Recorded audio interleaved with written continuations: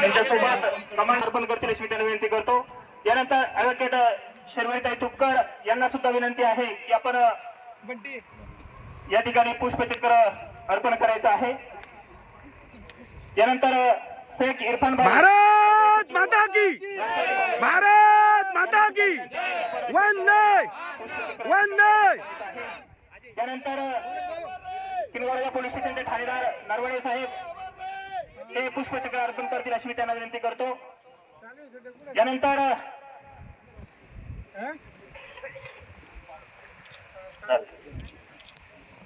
भारत माता की जय, भारत माता की जय। साहेब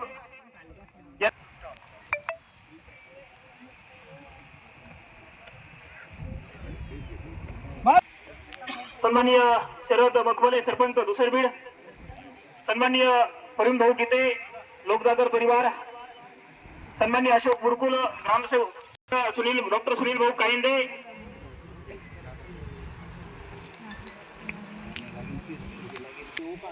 सन्माननीय डॉक्टर सुनील भाऊ कायंदे, सन्माननीय गजेंद्र देशमुख, सन्माननीय श्यामभाऊ जाधव,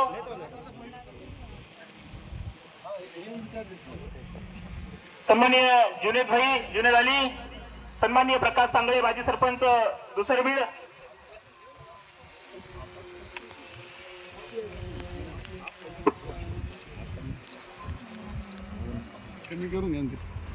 खाली खायला साडलं, सन्माननीय अविनाश नागरे,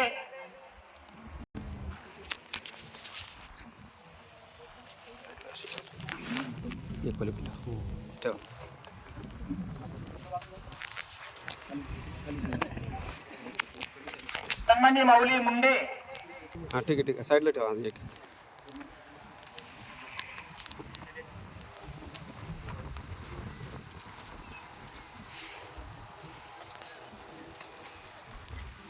भारत माता की जय।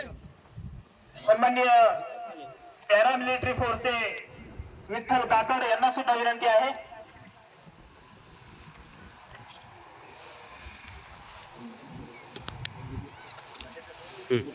हां थांबा थांबा पहा, सिक्वेन्स असली तर मग आपण हे करू ना।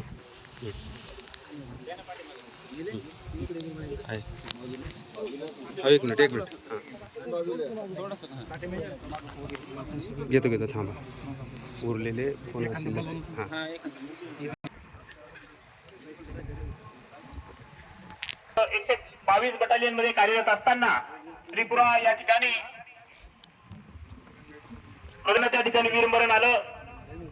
2006 सालापासून आतापर्यंत त्यांनी देशाची चांगली सेवा त्या ठिकाणी केली। त्यांच्या पश्चात पत्नी, एक मुलगा एक मुलगी, 2 भाऊ, आई वडील, बहीण प्रदीप घुगे या ठिकाणाहून निघून गेले। खरं म्हणजे शोकाचा सागर तापणीच्या किनाऱ्यावर मातृभूमीच्या चरणी समर्पित करणाऱ्या कालच्या, आजच्या आणि उद्याच्याही वीर मातांना कोटी कोटी वंदन करावं। खर तर घुगे कुटुंबियाची ही अपरिमित हानी आहे। वयाच्या अवघ्या 40व्या वर्षी प्रदीप घुगे यांचं जाणं झालं।